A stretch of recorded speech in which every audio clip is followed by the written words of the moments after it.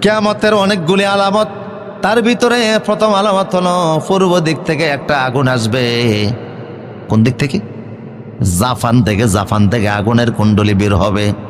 যখনই জাপান থেকে আগুনটা বের হবে, ভারতও জানবে, চীন জানবে, বাংলাদেশ জানবে, পাকিস্তান জানবে, গোটা মধ্যপ্রাচ্য সহকারে পূর্বের দেশগুলি সবাই জানবে একটা আগুন বের হয়েছে।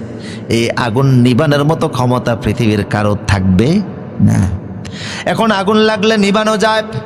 নিমতলিতে আগুন লাগলো, নিভে গেছে। লঞ্চে আগুন লেগেছে, নিভে গেছে। বিমানে আগুন লাগে, পানি ডাললে নিবানো যায়। সারা দুনিয়ার পানি ডাললো ওই আগুনকে নিবানো যাবে না। আল্লাহু আকবার। যখনই আগুন লাগবে, সারা বিশ্ববাসী জানবে পূর্ব দিকে আগুন লেগেছে। ওই আগুনের কথা শুনলে লোকজন দৌড়াতে দৌড়াতে পশ্চিম দিকে রওনা শুরু করবে। রসুল বলেন, ওই আগুন বের হওয়ার সংবাদ যখন শুনবা, মনে করবা কিয়ামতের প্রথম আলামত শুরু হয়ে গেছে।